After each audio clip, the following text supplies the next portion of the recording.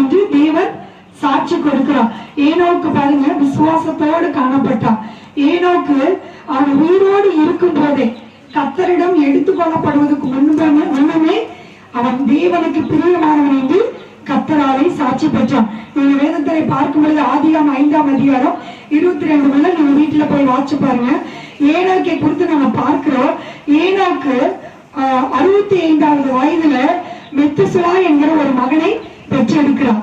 ஏனோக்கு அதுக்கு பிறகு பாத்தீங்கன்னா 300 வருஷம் தேவனோடு கூட சஞ்சரித்து கொண்டிருந்தான். அவன் 300 வருஷம் தேவனோடு பழகணும், தேவனோடு நடந்தான். அப்படி நடந்ததுனால பாருங்க, தேவனுக்கு அவன் பிரியமானவன் என்று கர்த்தராலே சாட்சி பெற்றான்.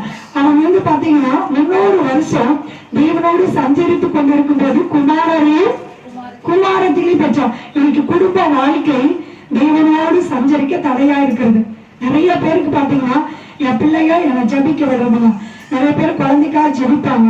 கர்த்தர் குழந்தைய கொடுத்த உடனே ஆலயத்துக்கு வரமாட்டாங்க. என் பிள்ளைதான் என்ன ஆலயத்துக்கு வரத தடுக்குது, பிள்ளைகளாலதான் சர்ச்சுக்கு போறது லேட்டு.